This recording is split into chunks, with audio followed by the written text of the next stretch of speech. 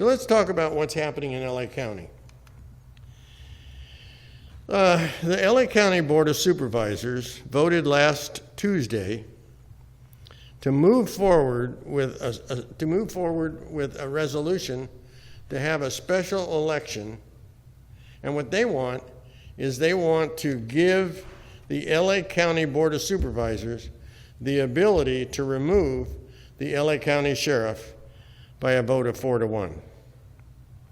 So it passed 4-1. Supervisor Barger was the only dissenting vote.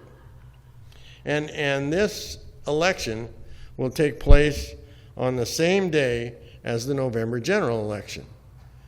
And realize that what they're talking about is, they're talking about changing the will of the voters. Because the LA County Sheriff is an elected position. It's not appointed, not hired, it's elected. He's elected.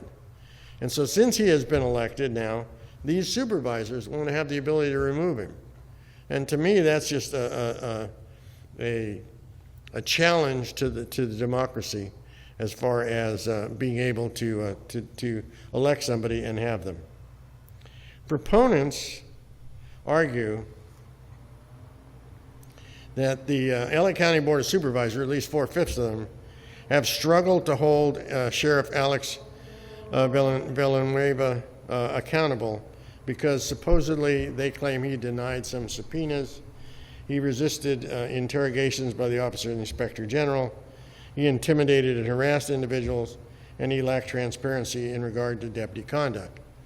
Now I saw a video of his answering those charges. And so, yes, he decided he wasn't going to go to answer subpoenas after those groups had voted to support his opponent. So they certainly were not impartial by any means.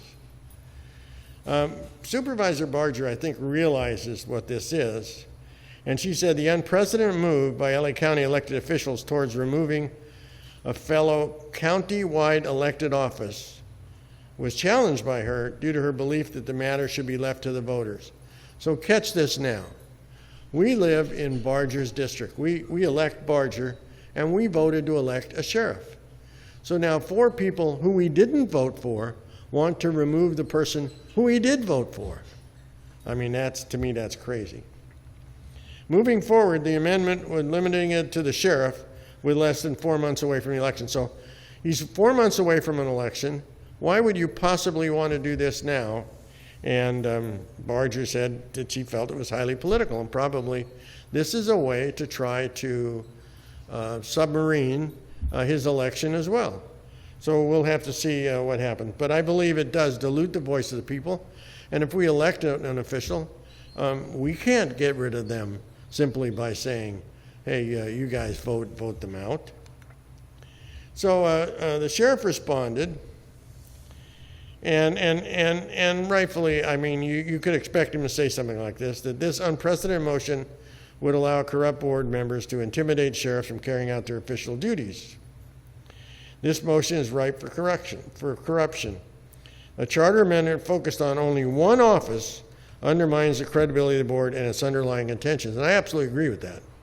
I mean, why are they doing this? I mean, we're in right now talking about recalling George Gascon.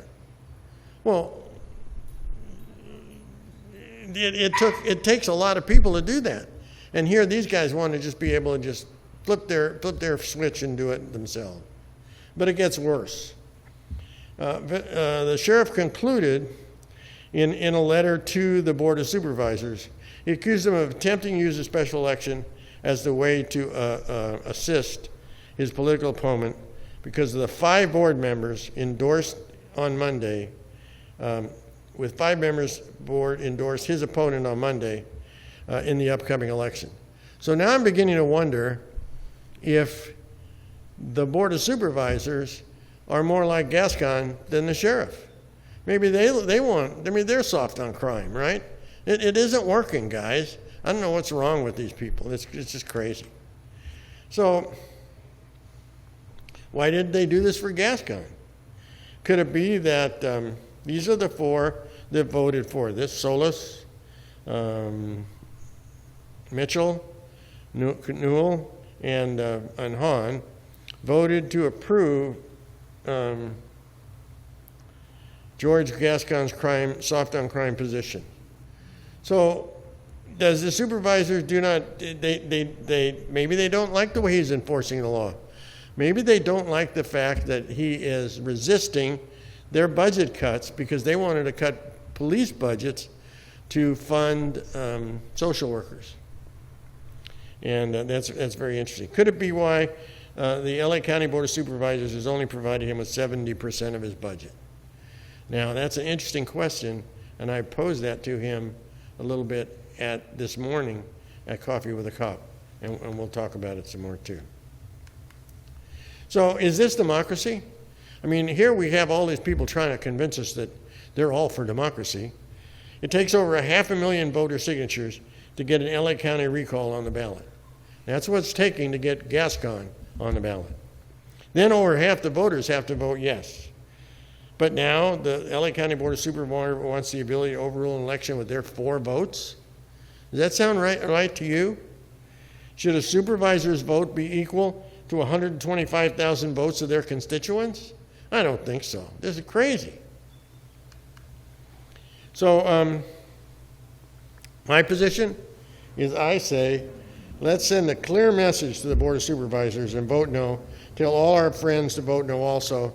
When this comes up, this is something that we ought to really be yelling and screaming about, because this is really a bad thing.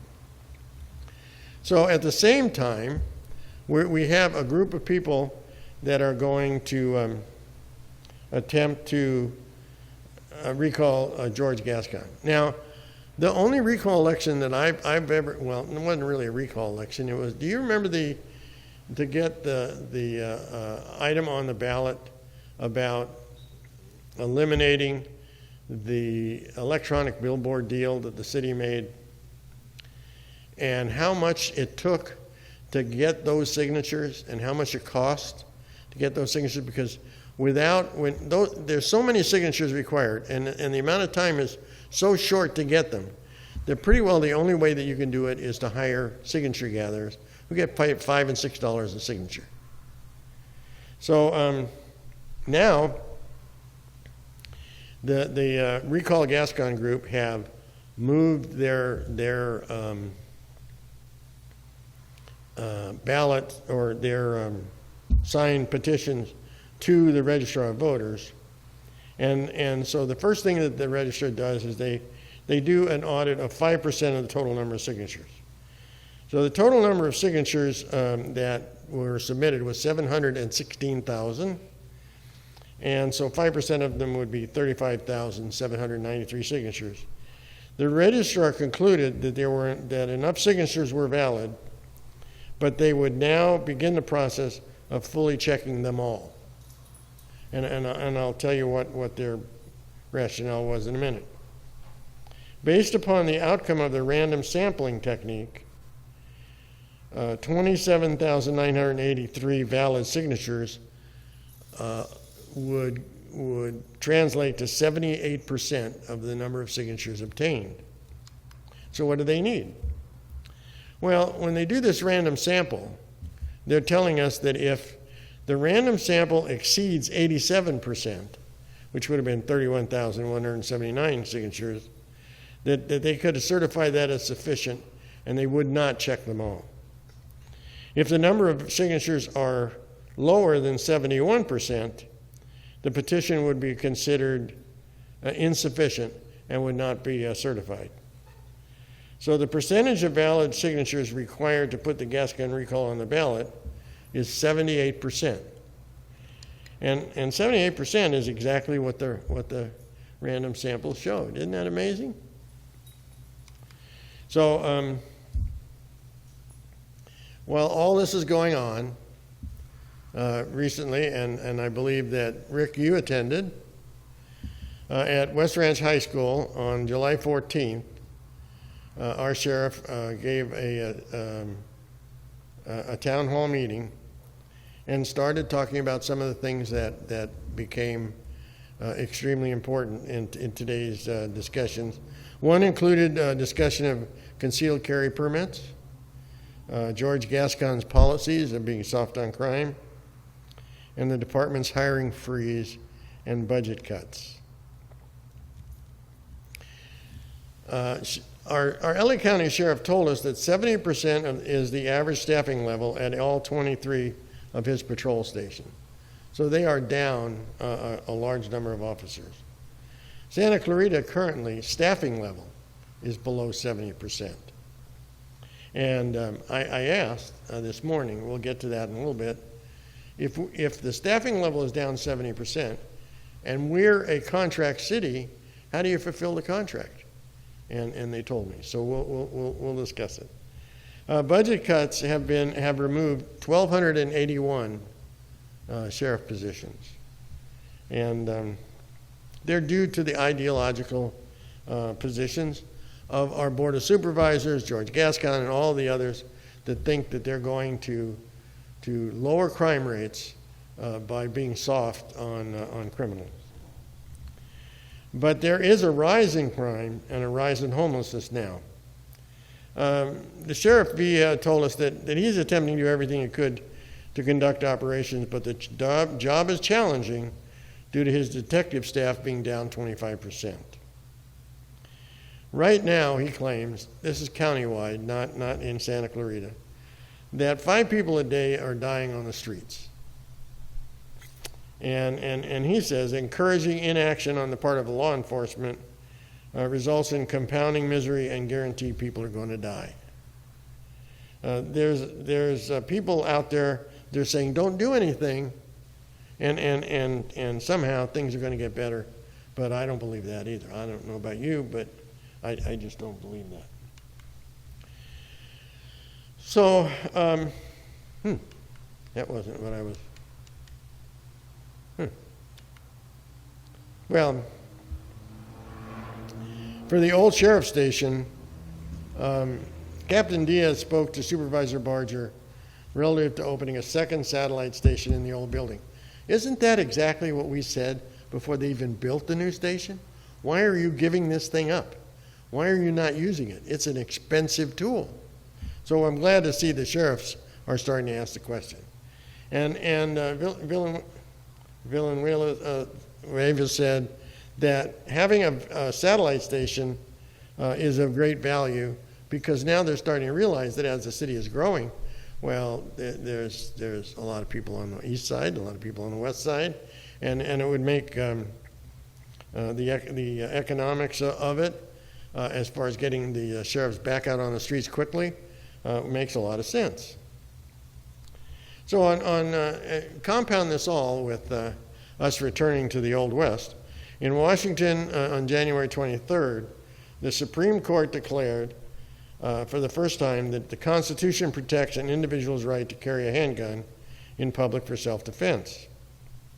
This is kind of an interesting ruling because there's a lot of deep division on how people believe or what's going to help firearms and whether it's going to help or hurt, and how this is going to address firearm violence.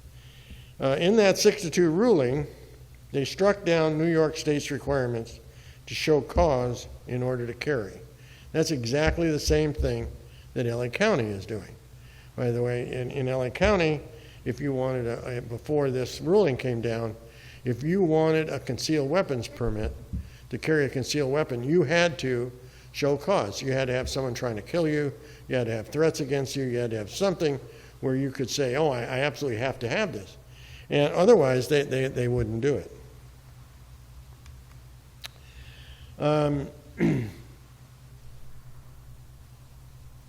So under the New York law, which is overturned, seeking an unrestricted concealed weapons permit, you had to convince a licensing officer of an actual rather than a speculative need for self-defense. I know someone that just recently received a concealed weapons permit, and that's exactly what he had to do here in Los Angeles County. And he carries a lot of money at the end of the day to the bank, and so they gave it to him.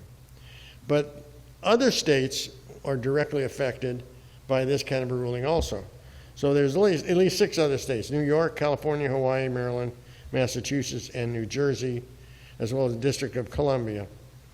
And so our LA County Sheriff is already changing his position and adjusting to what the new ruling says.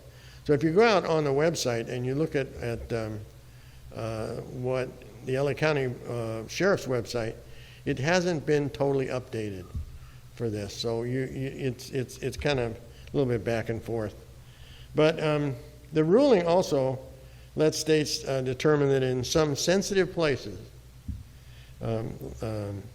such as courthouses and legislative buildings, you could prohibit the carrying of firearms because historically that's meant a definition of being a sensitive location. But in a television interview that I watched, the sheriff anticipated 5,000 new CCW requests, and the department will be challenged with handling all the investigation paperwork under the current budget situation. So their budget is down. They're struggling to maintain peace on the street, and now they're being inundated with these. That's the same thing that Sheriff Diaz told us this morning. So if we're a contract city and we've not reduced our level of funding, which we have not done, why is the head count down at our new sheriff station? And when I asked that question, I asked it a little bit different. I said, how do you, if you're down 30%, how do you fulfill the contract?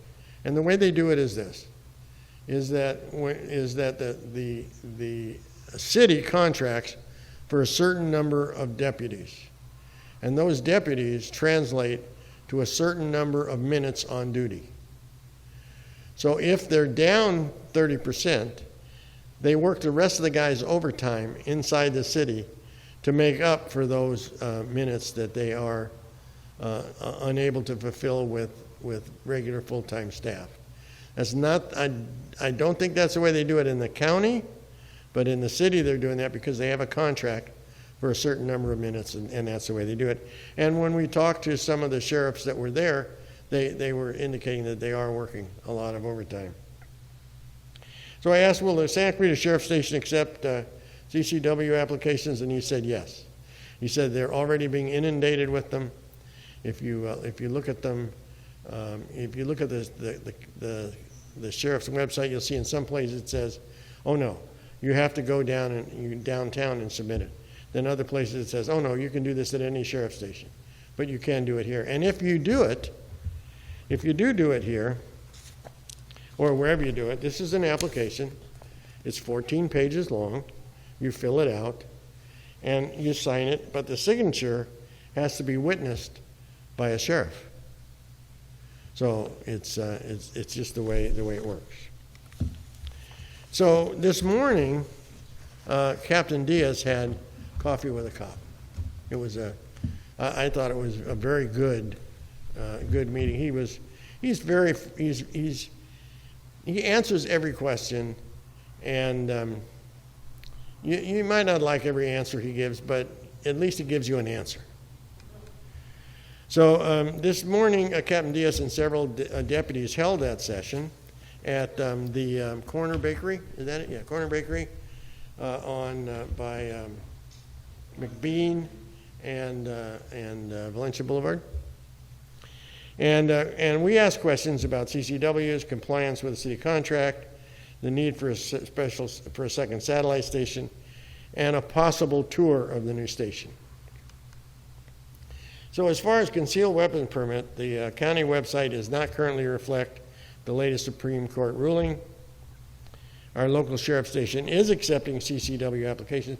You can go out online, you can download the application, or you can go to a sheriff station and get an application, and then just go into the lobby of a sheriff station and tell them that you're submitting an application, and you have to submit the application and a check for $30, of course, and they'll take it. I don't know how long it will be before they look at it, but Yes, sir? Do you have to own a handgun to be able to apply? Yes. See, that doesn't make any sense. I mean, Well, why can't I get the permit to carry, and then, maybe I'll get a gun, and maybe I won't. well, because unlike certain, look, no, I'll explain why. Unlike certain states, like for example, in my pocket, I have a concealed carry permit from Utah. And they don't list the gun that you're allowed to carry. You can carry anything you want. But here in California, the sheriff has decided that you have to define what you're going to carry beforehand. So you can't really define it if you don't own it. So, and it has to be registered. So that's, if you go and you buy a handgun today, it will be registered. That's exactly what I did. And I've got it. And I've got the serial number and the whole thing, and there you go. Applicant signatures must be witnessed by a law enforcement officer. And it's really interesting because in one place it says this: Section 1 through 5 are to be filled out by the applicant. Section 7 will be answered orally when interviewed. And then there's another place on the website that says, don't listen to that. Fill it all out because we won't talk to you unless it's all filled out. Okay.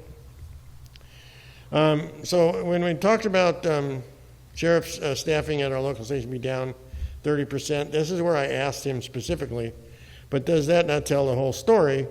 And the lowered budget, Santa Clarita isn't lowering their budget, and as a matter of fact, increasing the budget. So staffing is monitored on a minute per contracted deputy, and contracted compliance is maintained by using overtime. And you know what? 30% overtime every week means there's a lot of people working a lot of time. That doesn't seem an efficient way to allocate a resource. Well, Captain Diaz is all suggesting that the use of the old station. Now, the old station, realize that the old station is, if you want to have a satellite station, you need a building. And you need a jail, and you need a lot of other things in it. And all those things are really expensive, and they're there. They're sitting over there, just empty. So all necessary building infrastructure is available at the old sheriff's station. There are holding cells and a jail. There's a helipad that was being used. There are offices, and I believe it's the lowest cost option to open a second sheriff's station. We and many community members suggested using the old station as a second facility even before the new station is approved.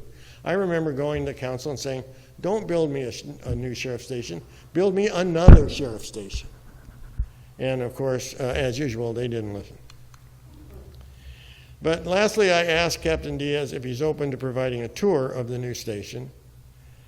And he asked me to email him, request a tour, and coordinate a date and time. Now, I had toured the old station a couple years ago, and it was really an eye-opening experience. I don't know how many of you have ever been to the old station, but when you looked at it from the street on McBean, right? No, on Magic Mountain Parkway, when you looked at it, you saw a wall in the back. The other side of that wall is a memorial to any of the sheriffs who lost their lives in duty. Then they showed us a lot of different parts and aspects of law enforcement. Like, for example, they had one display of non-lethal guns. So besides the fact of having stun guns and tasers, they also talked about the fact that non-lethal beanbag guns and those kinds of things are lethal if they are used against people closer than 30 feet. So they're only available to be used when the people are quite a ways away. And we did some demonstrations with those things. I saw the helipad, saw the helicopter, talked to helicopter pilots. We saw the search and rescue group. It was really a good experience. And then we saw some things that we weren't supposed to, that weren't on the tour. So when I was down there, I noticed that a couple of deputies had brought in some temporary residents that were going to be accommodated in our bed and breakfast. And I was very amazed because they didn't know that we were there. And they were really quite reasonable in the way that they treated them. So I got to tell you what, I have a great bit of admiration from them. I'm sure that it's not a pleasant experience either way, but they didn't take it out on these guys when they did that.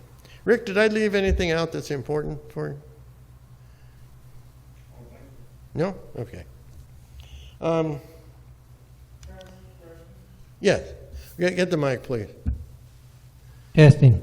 Okay. First up, Steve Petzel. I was just wondering, like, at the news station, do they have a facility for a judge so that when the person comes in for a preliminary hearing? But the nice thing about the other jail was that they just walked them over to the court side and they could give them a preliminary hearing, right? Well, maybe. It depends on... I don't think that they were... That's a good question. I'd like to know how, they talk about the fact that they arrest people and they're put back out on the street rather quickly. I don't know how that occurs. I don't think it's because there's a courtroom right next door. I don't know whether there are personnel from the county offices there that make those decisions. We'll ask that question. When I used to go to court, they'd it would be like they were walking out from the jail side with the defendant, and they would have a hearing and, decide to set the bail. I understand what you're saying. Walk over, and I wondered how they do that. I understand what you're saying. I will ask the question. I don't know. I don't know the answer. How was that publicized? Because I never heard of it. How was a what? How was the meeting at Corner Bakery publicized? Okay, I didn't see it. And just going back to West Ranch, I had intention to go there and I wasn't able to make it. But then it looked like they Zoomed it or something. So he wasn't there in person. Okay. Okay. What I saw was him on a screen. Okay, what I saw was a picture of him on the screen. So I assumed that he was in his office or something. Okay. That's all I have. Okay.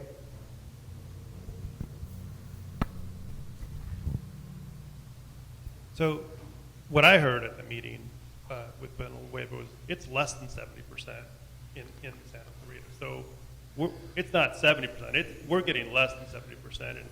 And if they're filling that difference with overtime, it seems to me like that's less value for our dollar, our tax dollar.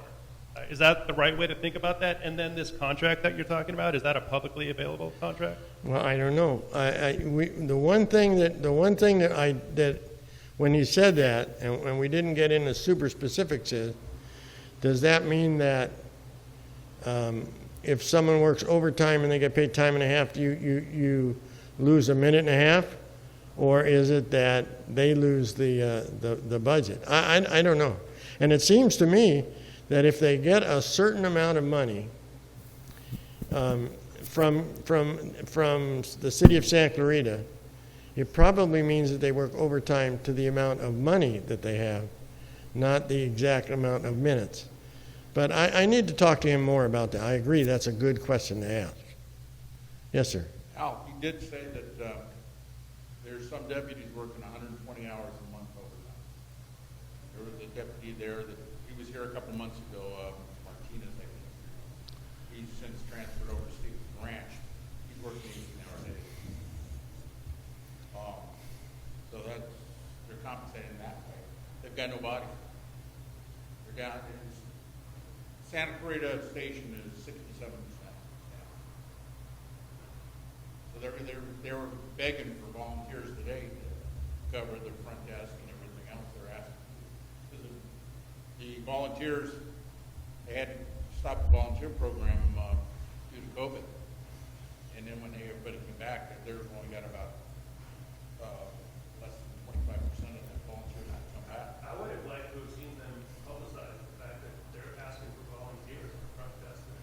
They're asking for all kinds of volunteers right now.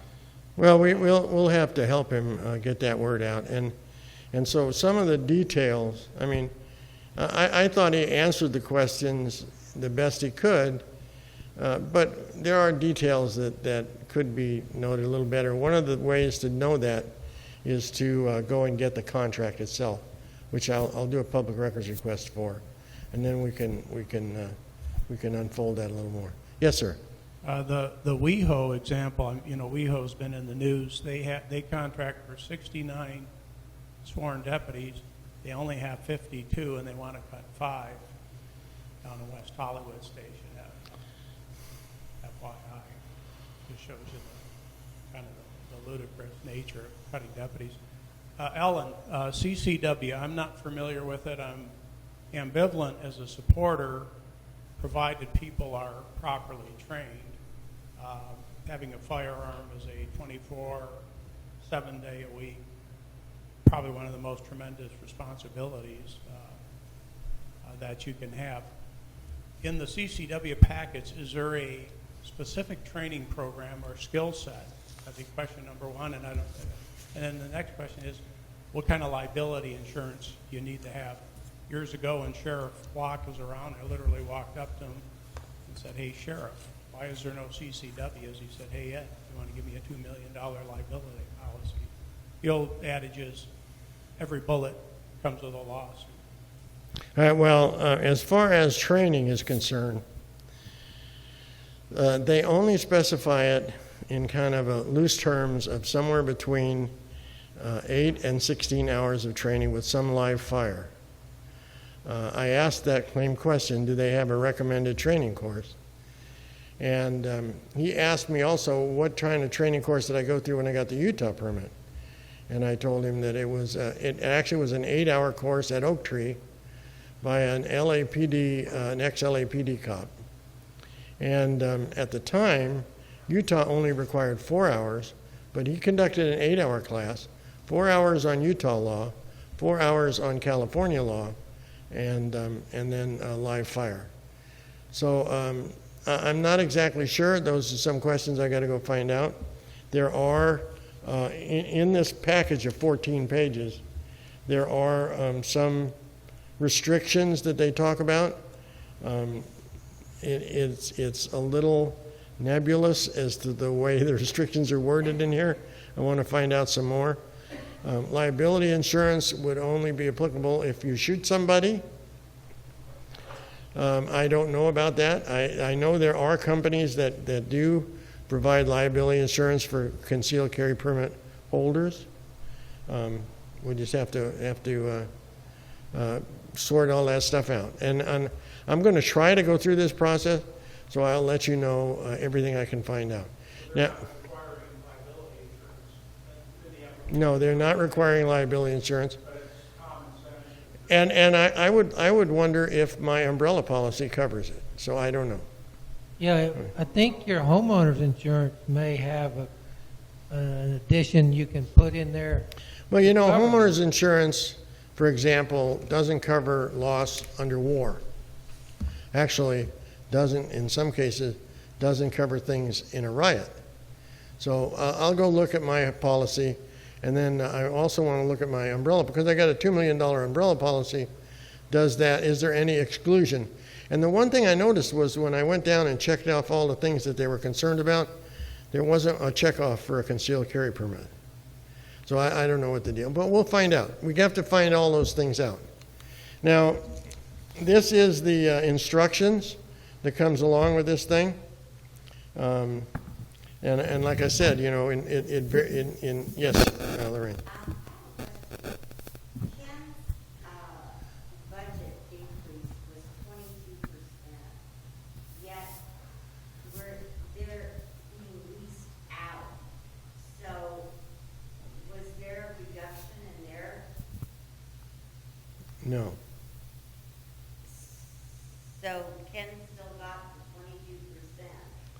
Well, are you asking me in dollars if there was a reduction in the sheriff? No, there was not a reduction in dollars.